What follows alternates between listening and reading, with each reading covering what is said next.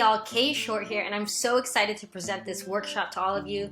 This is a workshop that I've actually presented to my sorority at our 30th anniversary, and so this is called From Stuck to Start. So I'm basically just going to be showing you exactly what I showed my sorority sisters because I feel like it's super valued, specifically when we are in life and career transitions, or just in general when we're feeling stuck. You're going to see here that I'm going to show you moments in life where you can feel stuck and how you can use this tool to get you out of that situation. And just knowing that this tool is something that you can be using throughout your whole life, because a lot of times we're gonna feel stuck, and that's totally okay. But just know that if you have tools like this in your arsenal and in your toolbox, then there's nothing that you can't do. So I'm so excited to share this workshop with you again, From Stuck to Start. All right, so as you all know, growing up, they always ask us, like, what do you want to be when you grow up? And a lot of times we'll probably say some generic things like an officer or a firefighter or the next president, which is super awesome. But how many times did that change while growing up? Or to be transparent, how many of you, like myself, that question wasn't asked very often because our parents weren't as present as we would like them to be? So this is a question that I've been trying to answer for a long time, and I realized that maybe it's not about knowing what I want to be when I'm fully grown up, but realizing that there's different levels to this and different chapters, and that we can change who we want to be at any given moment. But it's like, how do we have control over what we want and how we want to see our lives to go, as opposed to maybe getting those outside influences that we may be getting from our friends, our family, our parents, and our community. But how many times that you thought you were making the right decision, and then there was still this feeling inside where you wanted to do more, to be more, and you just wanted to do something different than maybe what you saw around you in your community? Maybe you wanted to do a different career than what our family pushed upon us, or maybe you just wanted to completely start over. But when you're in that situation and you feel stuck, what do we do about it? There's a few things you can do. You can get help. You can ask maybe people in your school or mentors or guides or your coaches. You can get an actual coach, like someone like myself. You can do nothing and just sit on your hands and just wait till the answers get to us. I would advise not to do that one. Or you can figure it out. That's been the process that I've done. I was like, I have to figure it out, be resourceful. And we have this thing called the internet. So I kind of feel like there's no excuse to not be resourceful when it's all right there at our fingertips. So this tool that I'm going to be sharing with all of you is called Ikigai, and we're going to be going through strategies that help assess your strengths, interests, and values and allow you to explore new possibilities. I'm also going to share with you about how we can overcome common obstacles and fears that prevent us from making a change, and then gain the confidence and motivation you need to take towards your goals and your actions. So my favorite part is that we're going to be developing a plan to help you move forward, and I'll talk to you about how I can be of help and of service to you too if you need some extra support and accountability. And just in general, if you're looking for a career change or simply just want to improve the quality of your life, this workshop will provide you with the guidance and support you need to just get unstuck to started on your journey towards a more fulfilling future. So get out a piece of paper, get a notebook. This is going to be my first workshop on my YouTube channel, so I would just say get a notebook specifically for my YouTube channel, because I'm going to just be pouring into all of you all the things that I've had access to in terms of going to college and leadership opportunities and conferences and things I just love learning, and I want nothing more than to share it with you. So go ahead and get a notebook specifically for this YouTube channel, and let's get started on our first workshop, From Stuck to Start. All right. So this awesome tool that I'm going to be sharing with all of you is called Ikigai. If you don't know what that means, it's a Japanese concept meaning a reason for being. So a lot of us are being, which is totally okay. We're human beings, right? We're just being, and here we are. But how do we find that beautiful middle ground of a reason for being? So as you can just see right here in the beginning of this template, that there's a lot of words on here that might seem familiar to you. But to me, maybe those words are being kind of thrown out a little too much, and that we need to actually learn about the definitions and how we can get closer and closer to this middle ground called Ikigai. So let's go ahead and get started. Go ahead, say it, Ikigai. All right, so this is where we're gonna get started and have some fun. So just know again that you can stop and start this video at any moment that you feel like you're like, hey, I need to rehear that, replay it again, whatever the case may be. But ideally, I'm going to go over these bullet points with you, and that you're going to write down just quickly what comes to your mind, and take as much time as you want on these, at the end of the day, I want you to know how important it is that you're doing this. You are part of the 1% of the people that are doing this. This is what 1%ers do, right? Like, I'm not saying, if we want to become the next Elon Musk or Jeff Bezos or Oprah, whatever the case, like, this is the kind of work that they do. And this is the kind of the work that people don't show us how to do. And so this workshop is to help you get started and having that conversation with yourself, having that self-reflection with yourself, having that self-awareness so you know what to do for your next steps. So, first thing you're going to write down, depending on the kind of human being that you are. Maybe you like someone who likes doing all the Venn diagrams, so go ahead and take a moment to draw all of that. And for those of you who are just more on the bullet point, let's get it done and started, then let's just get started. All right, what you love. Go ahead and take a moment right now to pause the video and write down, what do you love? Whatever is a visceral feeling for you, whether it's music or cars or movies, fashion, whatever the case may be. And it could be some things that maybe most people don't know about you. Maybe you love reptiles, maybe you love cartoons, maybe you love comics, maybe write down all the things that you love. Go ahead and pause this video and go ahead and do that.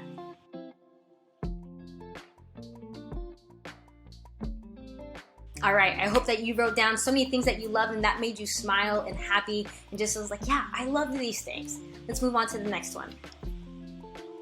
So now go ahead and take a moment to write down what you're good at. What do you know that you're good at? Maybe you like taking things apart and putting things together. Maybe you like painting, drawing, whatever the case may be. Take a moment to write that down. But also think about, what has other people told you that you're good at? Maybe they told you that you're really good at speaking or you're really good with the camera. Whatever the case may be, what do you feel like you're good at, and what have other people told you that you're good at? Go ahead and take a moment to write that down.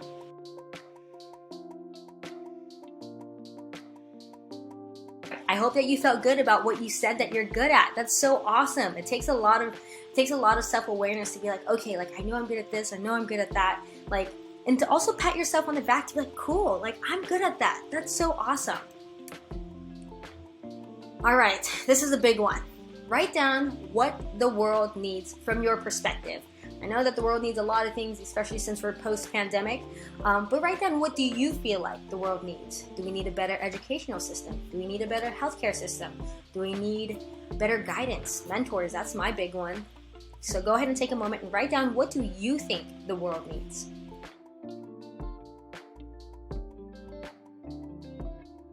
Well, I hope that you wrote down some things that you feel like the world needs. The world needs a lot of things, but from your perspective, from your human beingness, what do you feel like the world needs? I hope that gained some clarity for you on how this is all coming together. Let's move on to the next one. All right, what can you be paid for? So this part I feel like gets people tripped up a lot, because that's why we do the things that we do, because we're trying to get paid. But just know that when we get paid, that means that we're being of value. It's not about making money, the word making money. All of the money has already been made. It's about getting that money to circulate towards us because we're being of value. It's an energy exchange. You give what you get, and it's vice versa of this circleness. And so the more value you give, the more you get paid. That's why when our families are encouraging us to be doctors or lawyers or attorneys or whatever the case, it's because they know that that's a specialized skill, a profession that can get paid a lot. But the great thing about being in the world of 2023, we can get paid for so many other things. And now that we have other softwares out there like AI, they're replacing a lot of those things that a lot of humans used to do in the past. So what I'm trying to say is, that's a whole different conversation. I just want you to have a perspective shift. What can you be paid for? So think about the skills that you have, the value that you bring, that you can get paid for or want to be paid for. But then also, if you don't know, think, what have I been paid for in the past? Have you been paid for babysitting, cleaning up the front yard or the backyard, going grocery shopping, being an assistant? Take a moment and write that down.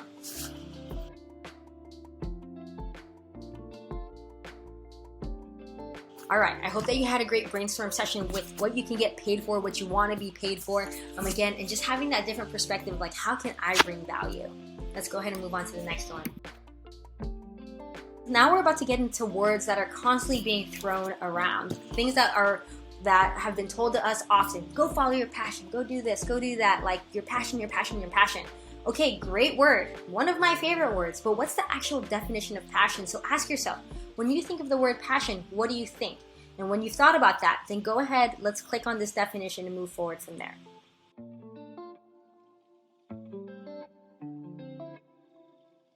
Got it? All right, let's click on this and see what it says.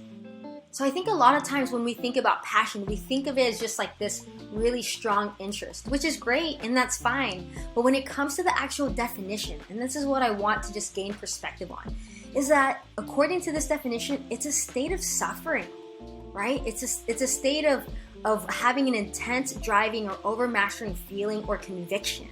So when we think about the things that we're passionate about, are we willing to suffer and sacrifice for them?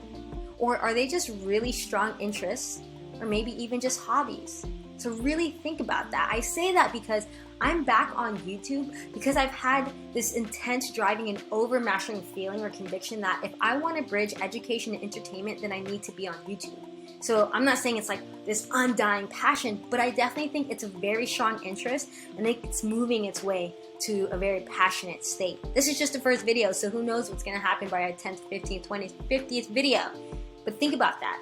From what you said you were passionate about in the past, is it stuff that you're willing to suffer and sacrifice for?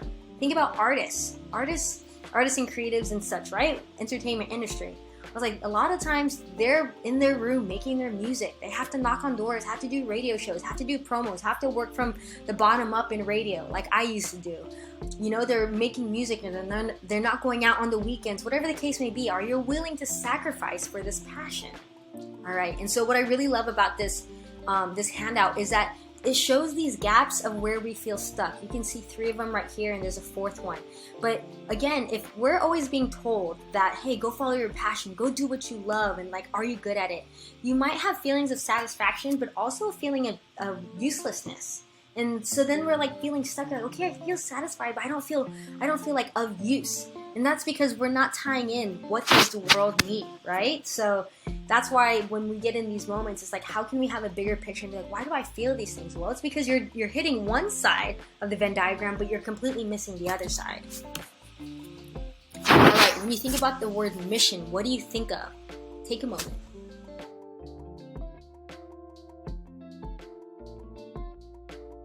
All right, now let's go into the definition.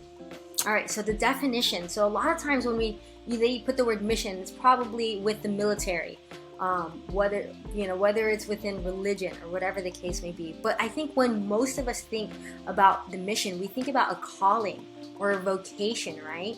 And so I think it's important for us when you see, like, you go into an organization, you think vision statement and mission statement, like how important it is for our personal missions to align with the missions of an organization. That for me is my first, like, my detective work. Like, okay, are we aligned in the mission? If so, then that's a place that I can be in. But think about that. What is your mission?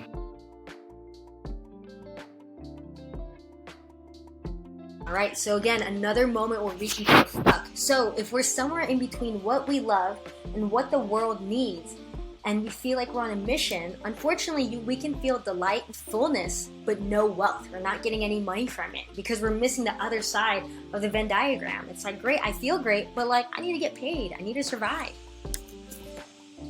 All right, so what do we think of the word when we think of vocation? Vocation.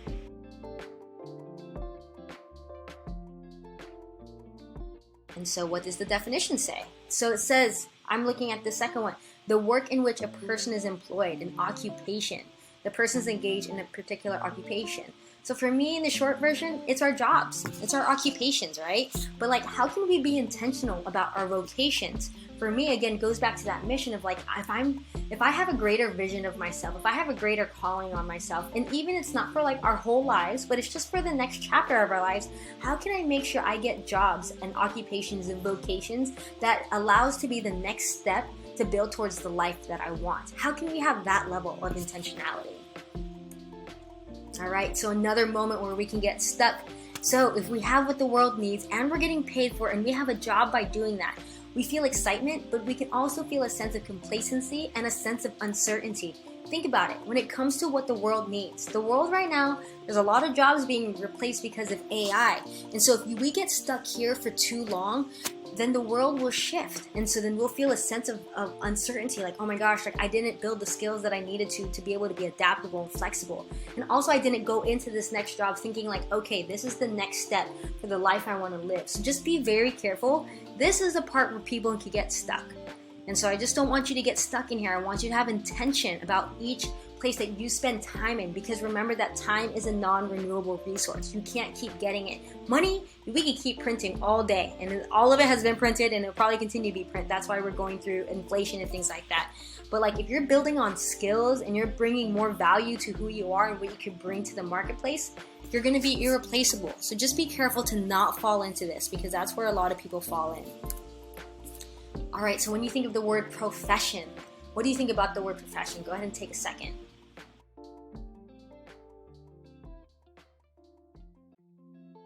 All right, so when we think about the word profession, I think a lot of times this is where people think it's a calling required specialized knowledge and often long and intensive academic preparation. So even right there from the beginning, a calling, right? Like where you feel like called to do this kind of work, and then you're willing to go get specialized knowledge on it because it's required. If you're gonna amputate my leg as a doctor, like, I am requiring you to go get specialized knowledge, and it's gonna be often long and intensive academic preparation. Like, you better look at every nerve and every ending before you cut off my leg.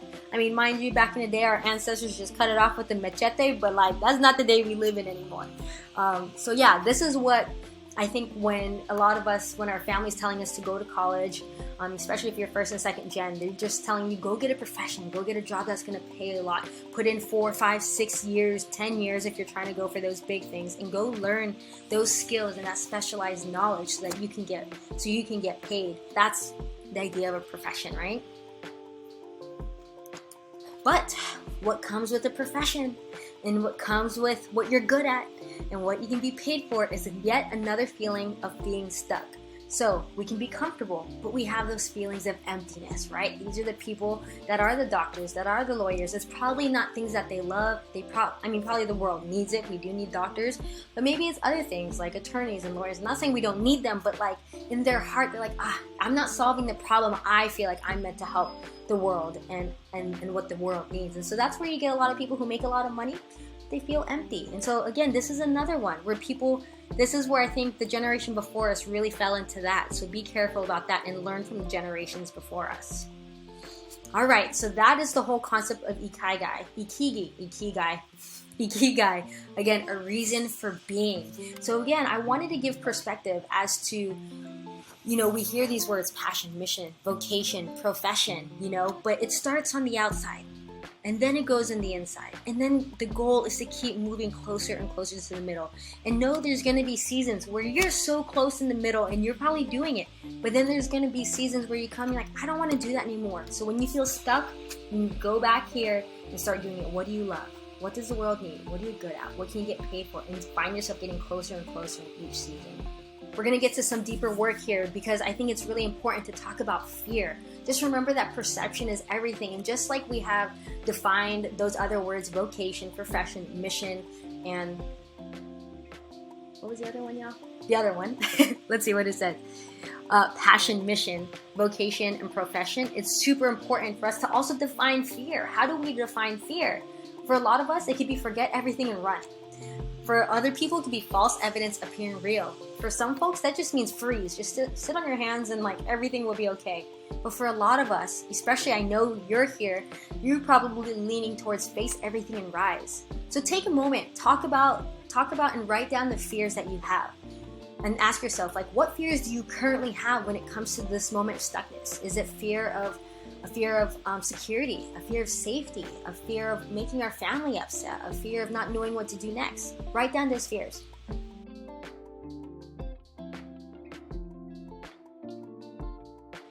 And then when you're done with that, take a moment to ask, why do I have those fears? Were those fears imparted on me? Or were those fears that I took on my own? Am I listening to too much to social media? Am I listening too much to the news? Like, where are these fears coming from?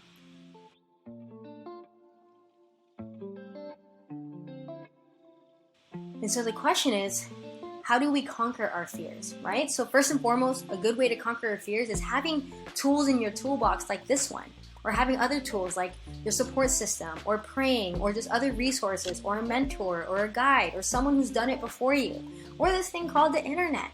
Figure out ways on how you can conquer your fear. But make sure before you move forward to this next one, take a moment to actually write down what are your fears and ask, where did they come from?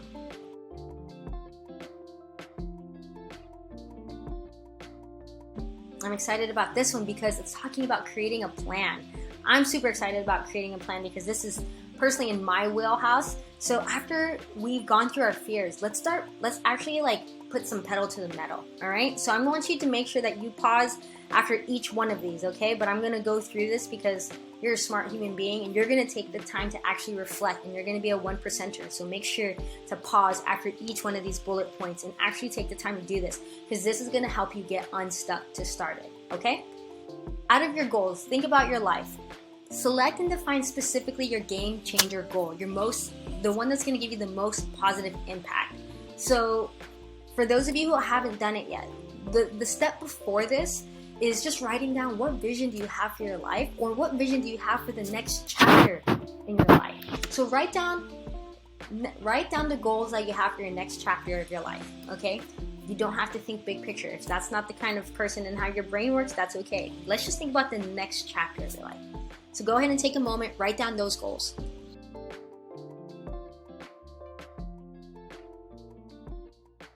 Now, when you're done writing those goals, then pick your game changer goal that's going to have the most positive impact. Just put a circle around it. Okay. And then take another moment. Make sure to press pause after these videos. And now you're going to write down all of the tasks to complete that specific goal.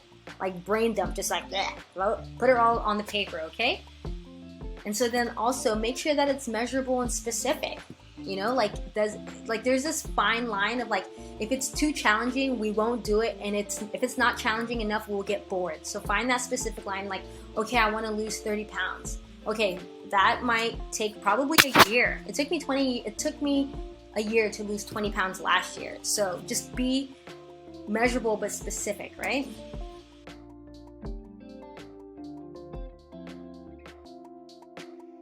So then after you've brain dumped all of those tasks to complete this goal, now put them and prioritize them in a strategic order.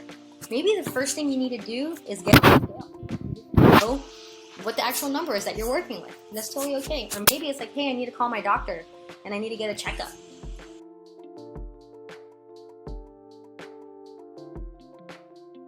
Okay? So once you've prioritized it, you probably have like 1 through 10 steps, or 1 through 27, or 1 through 4. That's okay. So then you're going to schedule them in your calendar. So that's why you put them in a prioritized in a strategic order. So put them in your calendar and make sure like, okay, like I can call my doctor by the end of today or by the end of this week. Or I'll step on the scale immediately as I finish this workshop. Okay?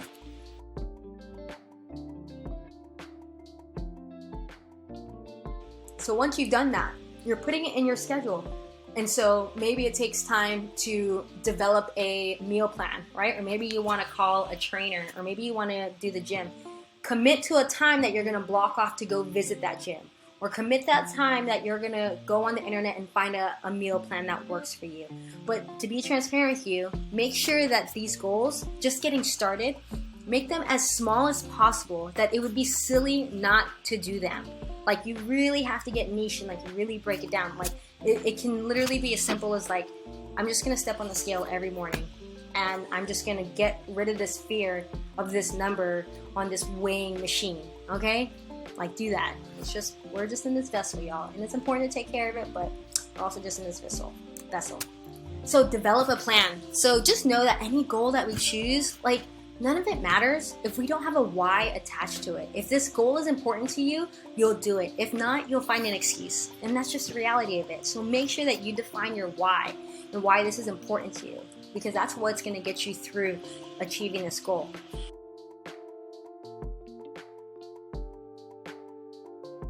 And then press pause and take a moment. And I hope you're pressing pause after each one, but take a moment and just sit there and visualize yourself completing this goal. That you look in the mirror and you look a certain way, you feel a certain way. Take that time, okay? At least 2 minutes.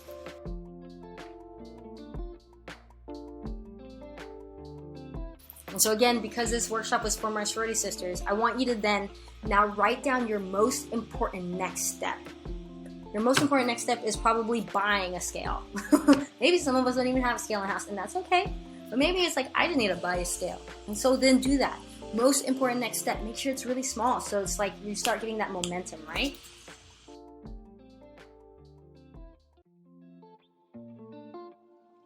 And then I would say here, I say schedule it.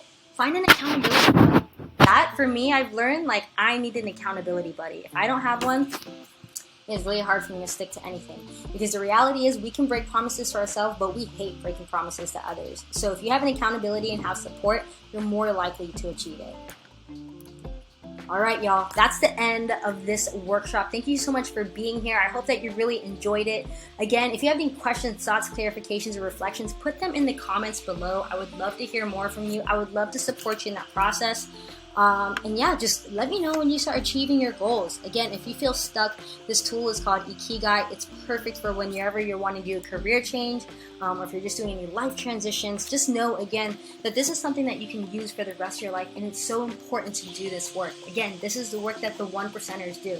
So make sure that you know that you are part of the 1% because you just completed this goal. So again, if you have any questions, thoughts, clarifications, and reflections, I would love to hear them from you. Other than that, thank you so much for watching. I really appreciate you. Make sure to do all the YouTube things, like, subscribe, send it to someone else that you feel like is stuck. Why don't you do that?